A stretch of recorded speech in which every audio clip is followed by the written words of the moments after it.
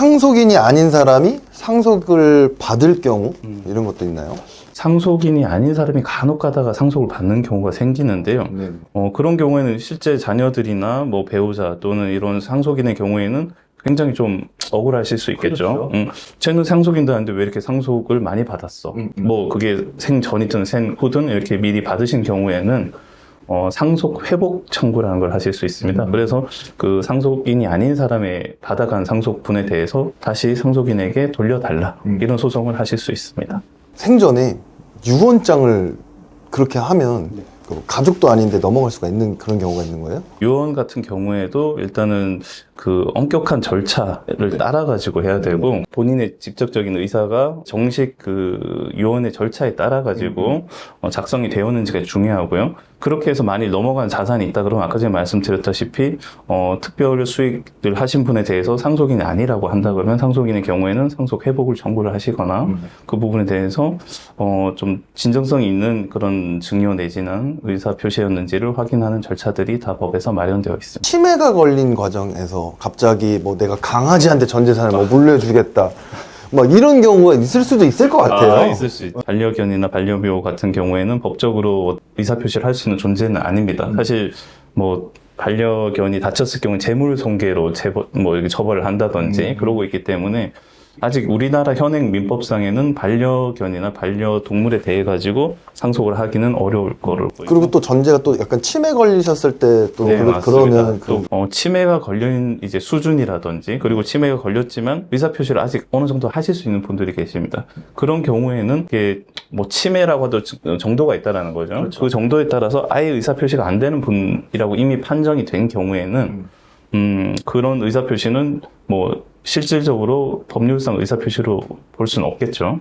치매가 있으셔도 제정신은 시간이 의학적으로 이제 뭐 의사의 소견이 있을 거고 그때 이제 변호사님이 같이 가신다면 그거에 함께 입증이 된다면 그래서 변호사님이 필요한 게 아닌가라는 또 생각도 들거든요. 그리고 그런 뭐 제도들이 추가로 마련될 수도 있겠지만 지금 현행 법상으로는 이제 한정 후견인 제도 또는 뭐 성년 후견인 제도 이런 것들이 후견인 제도라고 마련이 되어 있습니다. 진짜 치매에 걸려서 의사표시가 불가능하신 분들 같은 경우에는 법원에서 한정 후견인 또는 성년 후견인으로 해서 인정을 받게 되시면 그때는 그 후견인이 되시는 분이 실제로 의사표시를 대리해서 행하실 수가 있습니다. 그리고 상속인의 경우에도 이제 결격 사유 같은 게 또 있어요. 부모 자식 간의 관계에 있지만 사실 요즘 반인륜적인 경우들이 꽤 많지 그렇죠. 않습니까? 네. 그런 것들을 보면 뭐 상속인하고 누구든지 다 상속을 받는 게 조금 불합리하다라고 생각하시는 분들 계실 거예요.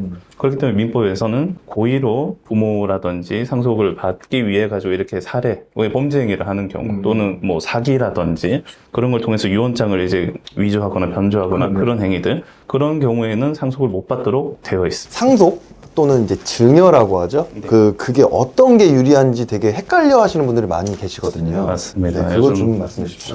아무래도 세금이 또 가장 걱정이 그렇죠. 될 텐데 네. 상속과 증여의 선택의 부분은 사실 저희도 마찬가지고 이제 또 세무의 부분에서도 마찬가지로 굉장히 복잡한 부분입니다. 맞습니다.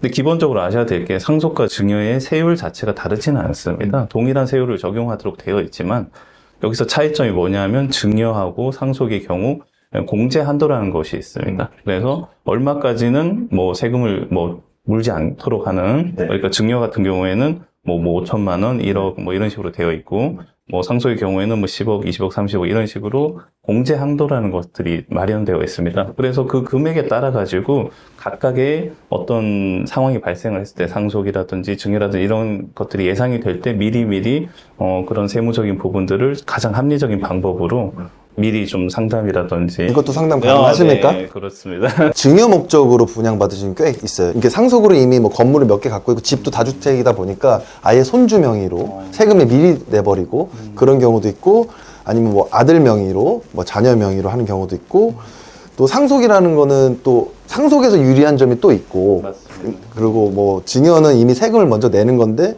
또 증여를 했는데 그간 안에 또 돌아가시면 상속에 대한 또 세율이나 이런 게 또 다르기 때문에 복잡하다 보니까 이런 뭐 세무사분들, 뭐 변호사분들을 상담을 통해서 각자 케이스마다 이건 진짜 중요한 것 같아요. 이제 10억대 자산의 아파트가 넘어가는 과정의 대부분들은 잘 모르세요. 그런 부분들을.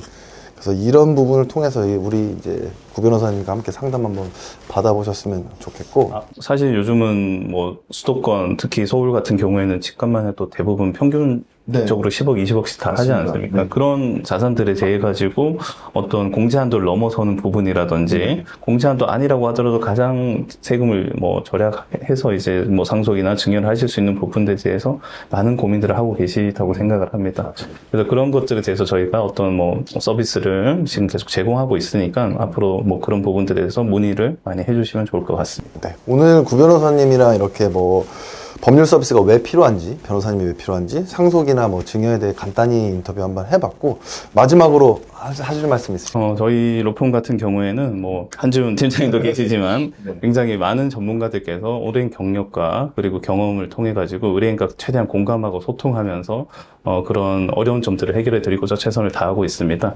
그러니까 앞으로 많이 저희 뭐 채널도 사랑해 주시고 저희가 앞으로 뭐 도움이 필요한 상황에서 최대한 의뢰인의 편에 서서 도움을 드릴 수 있도록 노력을 하겠습니다. 네, 인사하고 마무리하겠습니다. 네,